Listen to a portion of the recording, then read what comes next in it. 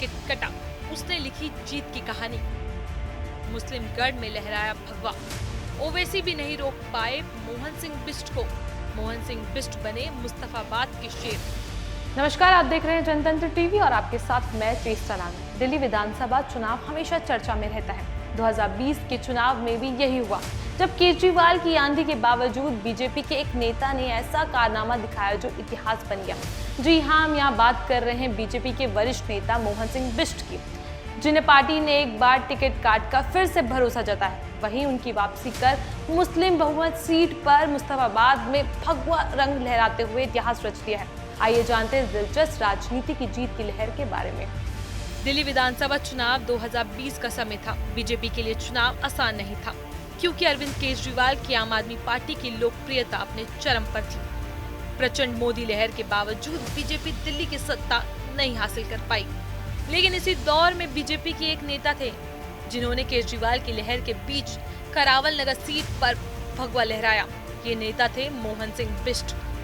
मोहन सिंह बिष्ट करावल नगर से लगातार 5 बार विधायक रह चुके हैं। 2020 में भी उन्होंने करावल नगर से जीत हासिल कर बीजेपी की झोली में डाल दी थी। लेकिन अगले चुनाव में अचानक पार्टी ने उनका टिकट काट दिया। उनकी जगह आम आदमी पार्टी से बीजेपी में आए कपिल मिश्रा को टिकट दे दिया गया था। इस फैसले से मोहन सिंह बिष्ट नाराज हो गए। उन्होंने निर्दलीय चुनाव लड़ने का ऐलान कर दिया। निश्चित रूप से पार्टी को ये लगता है कि ये बीजेपी की सीट है और बीजेपी में किसी ऐरा गैरा नत्थू खैरा किसी को भी लड़ा देंगे, वो जीत जाएगा। ये बहुत बड़ी भूल है और आगामी आने वाले दिनों के अंदर पार्टी को पता लग जाएगा कि जमीनी कार्यकर्ता की क्या वजूद है और वो इस चुनाव के अंदर पता लगेगा। और यही चुनाव नहीं, यहाँ बुराड़ी हो, करावल नगर हो, घोंडा हो, सीलमपुर हो, आपका गोकलपुरी हो, नंदनगरी हो, ये सारी सीटों में क्या हाल होगा ये तो आने वाला समय बताएगा। और अब तो मैं नहीं कहूँगा कि पार्टी को इसको दोबारा से कंसीडर करना चाहिए।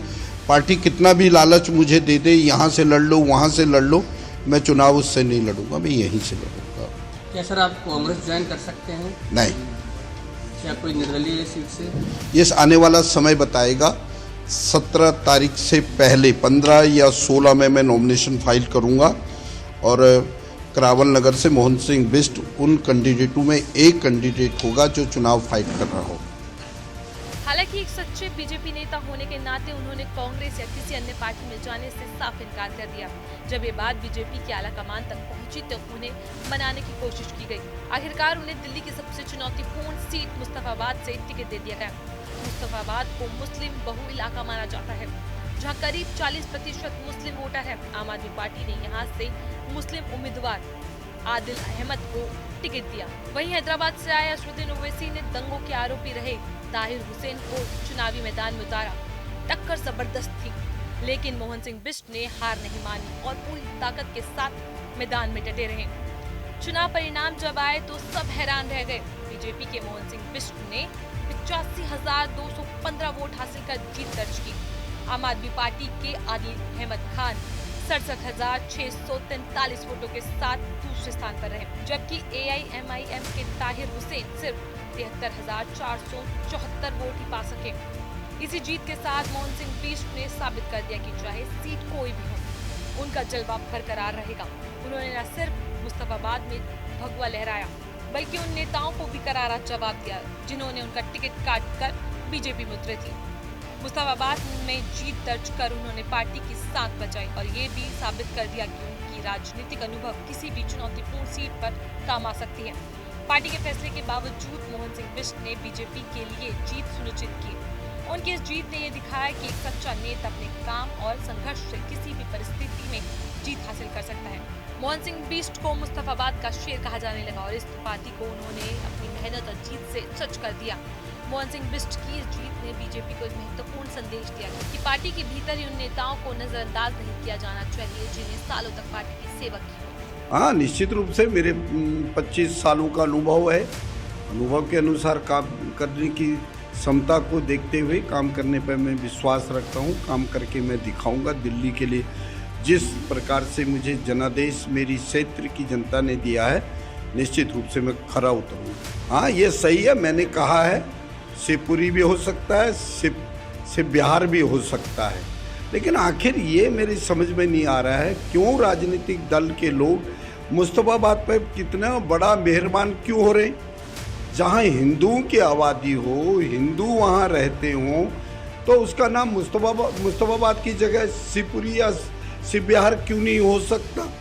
निश्चित रूप से लोगों के अंदर, मन के अंदर जिस प्रकार के मुस्तफ़ा के नाम से लोग चिंतित रहते हैं, तो निश्चित रूप से ये काम होना चाहिए, ये मैं करूँगा।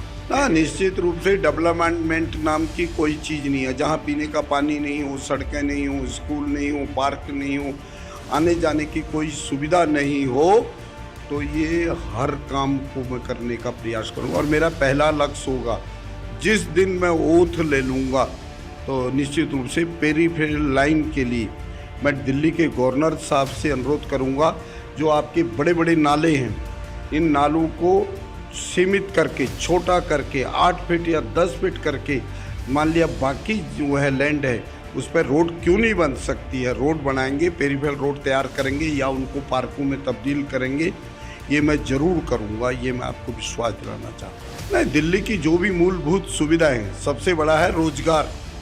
यहाँ आज तक 1993 से 1998 तक मेरी सरकार थी, चाहे वो बवाना के अंदर हो, नरेला के अंदर हो, कहीं और हो, हमने इंडस्ट्रियल एरिया के लिए लैंड एक्वायर करना, लैंड की व्यवस्था करके यहाँ इंडस्ट्रीज को बसाना, गरीबों के लिए रोजी रोटी रोजगार देना, ये हमारा लक्ष्य है। और दिल्ली के अंदर जिस प्रकार की व्यवस्था, जब बिजली हो, पानी हो, सड़कों का बुरा हाल हो, बहुत सी समस्याएं होंगी जो निश्चित रूप से सामने आकर के खड़ी होंगी, ऐसा मेरा मानना है। दिल्ली की राजनीति में मोहन सिंह बिष्ट का नाम किसी प्रेरणा से कम नहीं है।